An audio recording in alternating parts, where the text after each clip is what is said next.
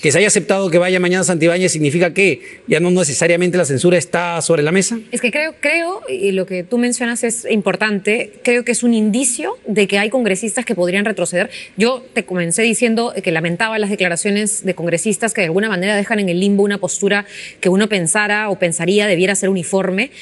Me parece terrible que el Congreso siquiera reciba al ministro, porque hoy día hubo junta de portavoces y se discutió si el señor Santibáñez iba hoy, mañana o el viernes a hablar. Yo creo que no debería. O sea, yo creo que así como en Lurín vimos a ciudadanos indignados, yo me considero Armonía 10, o sea, por la memoria de las personas que han fallecido en medio de esta ola delincuencial, que ya no es ola, que se ha convertido en lo que es la gestión del señor Santibáñez. Yo creo que no deberíamos recibirlo en el Congreso, porque no se trata de escucharlo a ver qué me dice y de acuerdo a eso evaluar mi voto. O vas a censurar a Santibáñez o no vas. O sea, en un punto crítico contra la violencia y la delincuencia como el que estamos ahora, dudar y esperar a escuchar algo. Yo escuchaba, por ejemplo, las declaraciones del congresista Cabero, similares a la congresista Tudela, que decían, bueno, el rol de la Fiscalía allanando por segunda vez la casa del señor Santibáñez. ¿Por qué siempre criticar al Ministerio Público? Yo podría poner en plato o en tela de juicio el rol de la policía, que también ha demostrado que tiene malos elementos, y el rol del ministro. Entonces, creo que la crítica no debe ser política, sino que la crítica debe ser evaluando la realidad. Pero poniéndome en el otro espectro, ¿no? Uno también diría de Fuerza Popular o Avanza País, Renovación.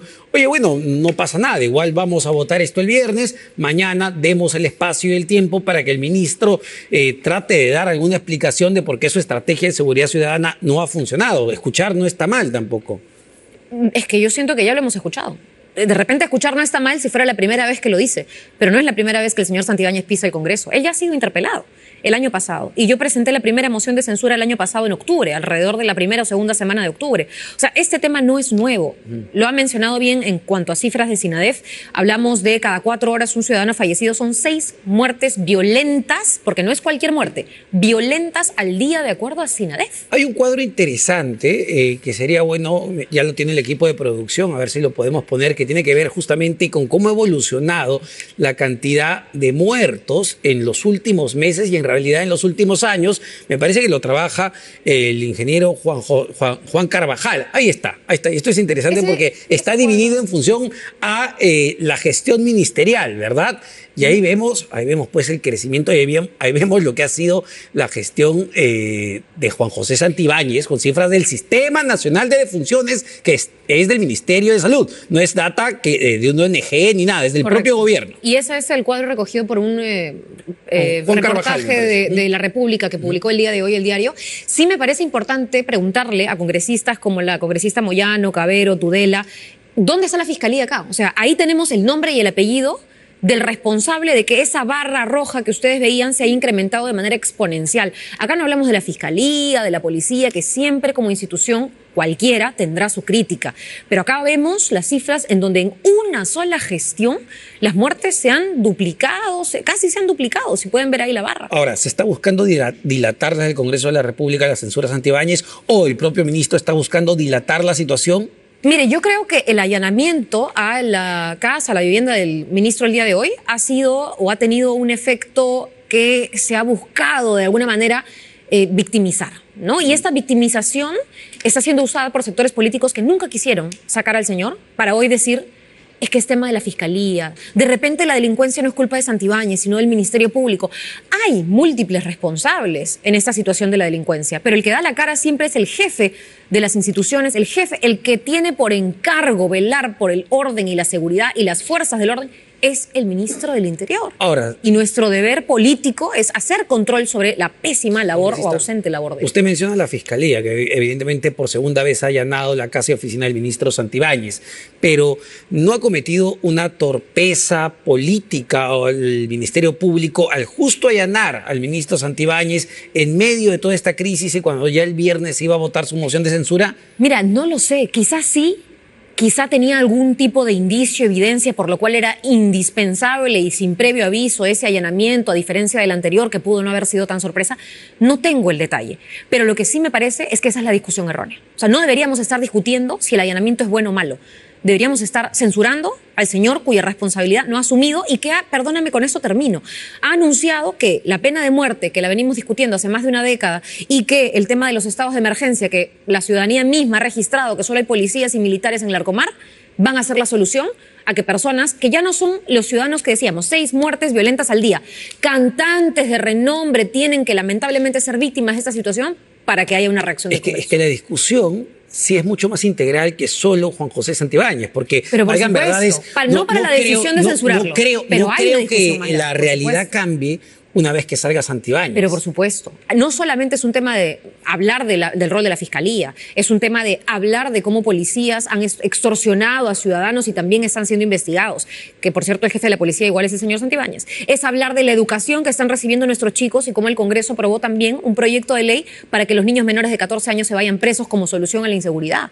Hablar de la inseguridad es hablar de por qué hoy por hoy un ciudadano que tiene licencia para portar armas puede comprar hasta un tope de 600 municiones al mes. 600 municiones para defenderte de un ladrón, si es que tu arma es para defensa propia. Pero hay muchas cosas, Omar, que tienen que discutirse. Pero para censurar a un ministro no hace falta esas consideraciones. Sí, claro, pero el tema con el allanamiento del Ministerio Público parece que justamente alimenta ese argumento de que tenemos una fiscalía politizada que lo que hace es perseguir a los políticos que consideren Pobre enemigos. ministro Santibáñez. O sea, todos los ciudadanos del Perú son víctimas de la delincuencia, pero el señor Santibáñez es más importante porque es víctima de la fiscalía. Por eso digo, entrar a ese debate es equivocarnos de dónde está, por lo menos, la solución más cercana a abordar el problema. Muchos colegas me decían, yo no te firmo tu moción de censura porque ¿qué pasa si viene alguien peor? ¿No? O sea, siempre estamos con alguna excusa, bueno, no sé qué pasa si viene alguien peor, pero tampoco lo vamos a sostener. La idea es qué hacemos ahora. De lo contrario, estamos calentando asientos. No estamos haciendo nada. Otro argumento que va en esta relación o en esta especie de guerra que se está librando entre Fiscalía, Ministerio Público, Poder Ejecutivo y ahora Tribunal Constitucional.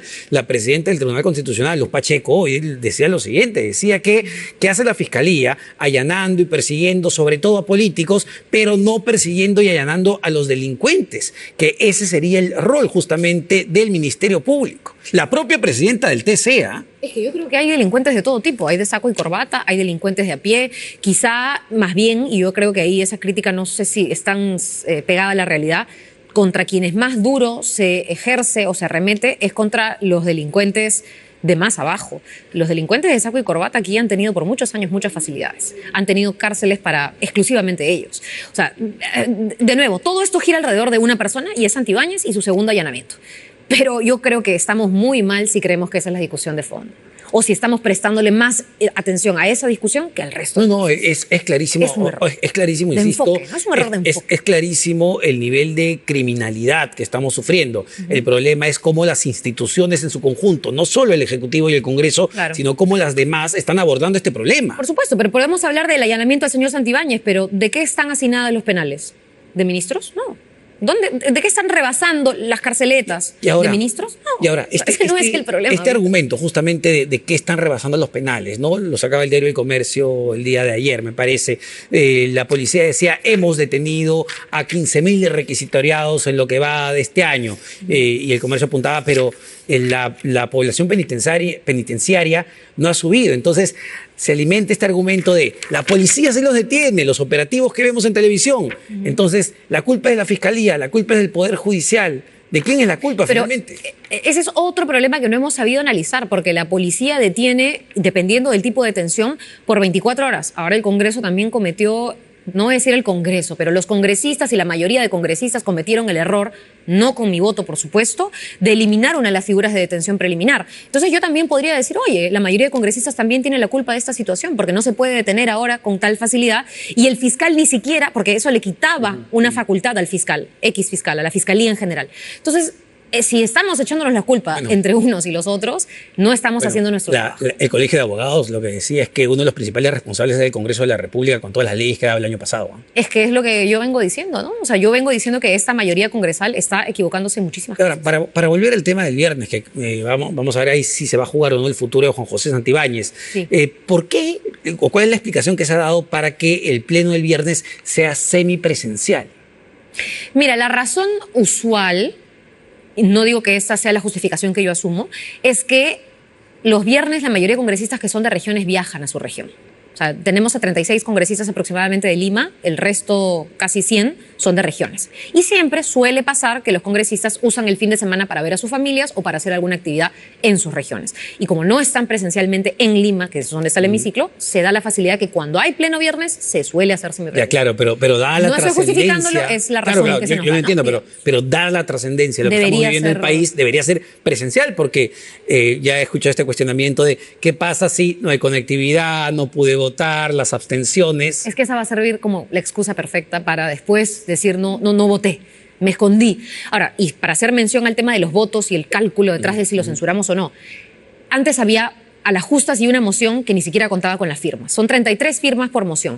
Si juntamos las 4 mociones que hay ahora, obviamente las firmas se repiten. Yo he firmado más de una moción porque me da igual a esta altura quién la presenta. Ha sido un tema de egos, de bancadas que decían, no, yo presento la mía, no firmo la tuya. Me da igual a este paso. Pero hay 4 mociones y suman 67 firmas, las 4.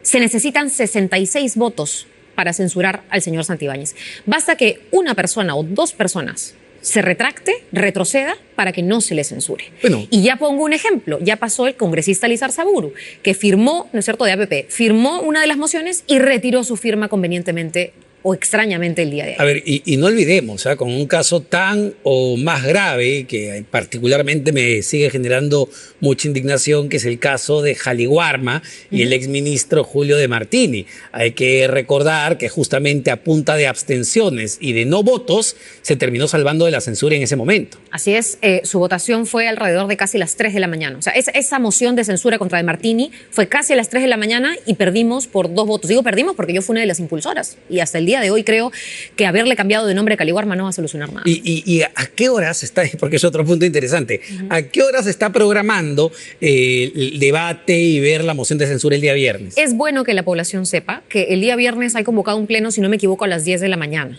Pero cómo funciona la agenda de lo que se discute depende enteramente de la mesa directiva. Sí hay una junta de portavoces que decide los temas, pero la mesa directiva evalúa a qué hora tocar ciertas cosas. Por ejemplo, el día de hoy, que había pleno, se tenía que tocar el caso del señor Vizcarra, del expresidente.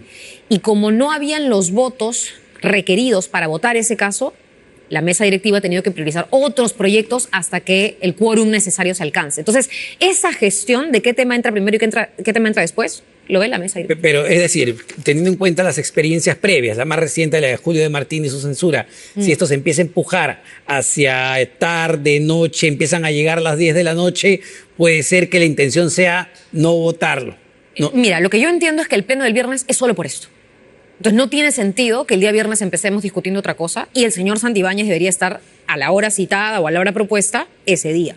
Claro, ¿por qué se lo digo? Perdón, el día de mañana viene el señor Santibáñez. Claro. Mañana jueves. Y el día viernes debería hacerlo primero. Pero ¿por qué se lo digo? Porque ayer, en esta misma silla, Arturo Alegría, el vocero de Fuerza Popular, nos decía que de todas maneras votaban en bloque a favor de la censura de Santibáñez. Y hoy escuchaba a Rosángela Barbarán decir que no, que ellos solo iban a votar por su censura porque la de Susel Paredes no les convencía y la de Diego Bazán no la había leído.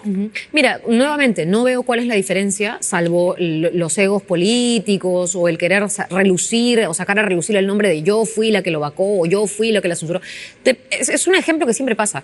Cuando yo presento censuras, por ser mi censura, quizá no tenga la misma cantidad de firmas que la censura que presente la señora Rosángela, porque va a tener pues 27 firmas por lo menos de su bancada, ahora, 27 que no van a firmar por la mía, siendo la misma, teniendo el mismo objetivo, digamos. Yo lamento que también haya ese fraccionamiento en el Congreso para ponernos de acuerdo en algo tan necesario. Ahora, ¿qué opina de comentarios como este de colegas de otras bancadas, como el congresista Jorge Montoya, de Honor y Democracia, que dice, a ver si podemos poner el tuit además, pero dice lo siguiente, ¿no? Ahí está, siniestros personajes preparan, ojo con el término, hashtag Merinazo 2.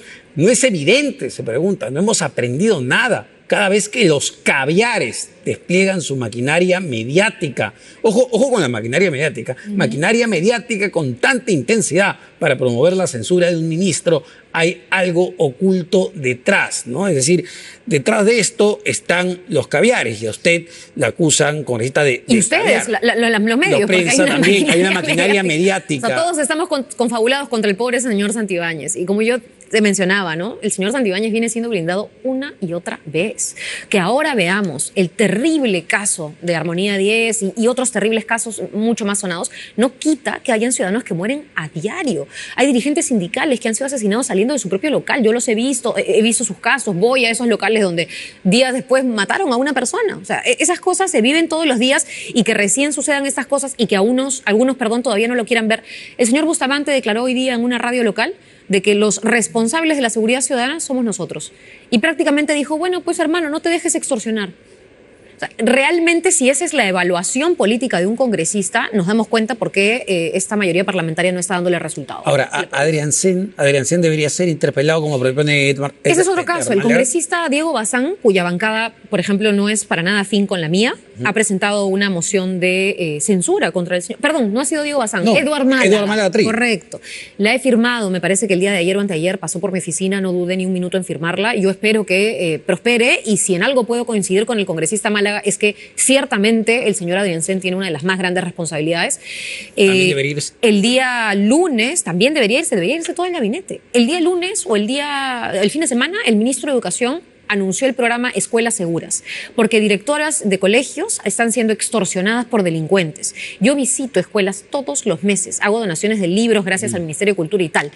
Y he ido y no hay absolutamente ni siquiera un serenazgo parado al costado de las escuelas. O sea, el desamparo. Hay lunas que están rotas por piedras de personas que van ahí por la drogadicción, etcétera, y no hay seguridad en nuestras escuelas. Han detonado una bomba en una escuela en Trujillo, Omar, por el amor de Dios. Sin embargo, y le pregunto, porque hace un momento vi las fotografías de la presidenta Dina Boluarte en este espacio denominado cuarto de guerra, ¿no? que ha implementado ya la presidenta Boluarte. ¿Cree, congresista, que con el cuarto de guerra que ha implementado la presidenta podamos ya disminuir esa cifra de cuatro peruanos asesinados cada hora en este país? Bueno, no, perdón, uno cada 4 horas. Yo no sé a qué le llama cuarto de guerra, porque por las últimas noticias parece que era un quirófano.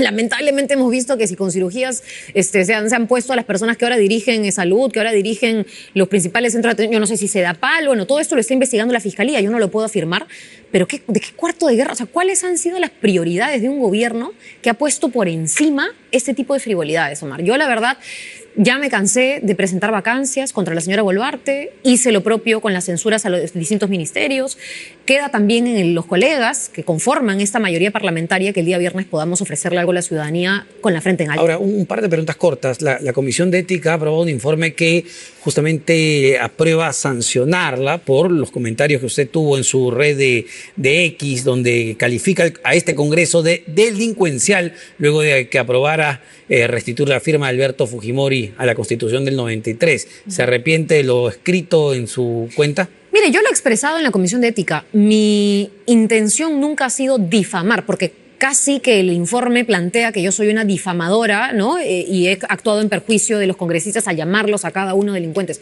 Yo formo parte del Congreso y no me considero una delincuente. Entonces, mi idea era un juego de palabras, porque el delincuente sí es Alberto Fujimori, eso nadie lo puede negar, hay una sentencia en contra, y cuando hay una sentencia en contra de alguien, particularmente con diferentes delitos, pues uno le dice delincuente, ¿no? Ha estado preso y tal. Entonces yo dije, bueno, Congreso delincuencial restituye firma de delincuente. Es un juego de palabras de un mensaje en una red social que en mi defensa en la Comisión de Ética constituye el derecho a mi libertad de expresión. Yo entiendo les he ofrecido en todo caso mis explicaciones a todos los congresistas que hayan podido sentirse aludidos o que se hayan sentido insultados, porque ese no es el propósito. Sí tengo el derecho de opinar cada vez que se apruebe algo que no me parece en este Congreso, y esta ha sido una de las cosas. Y bueno, vamos a esperar de acá a una semana a que el informe final sea publicado, ¿no?, de la Comisión de Ética. Interesante, ¿no? Porque en contraste se archivó los casos de 4 congresistas, entre ellos el congresista Arriola, acusado de mochasueldo, ¿no? Y ya no solamente la Comisión de Ética, sino la Subcomisión de Acusaciones Constitucionales viene archivando casos y acusaciones de mochasueldos. Y este Congreso se caracteriza por tener la mayor cantidad de denunciados por mochasueldos. Yo ahí, por ejemplo, guardo todas mis esperanzas en que la parte buena o el lado bueno o los fiscales buenos, ¿no es cierto?, en el Ministerio Público puedan hacer el trabajo que de repente otros espacios no lo hacen, ¿no? No hacen. Muchísimas gracias, congresista Siri Bazán, de la bancada Bloque Democrático Popular.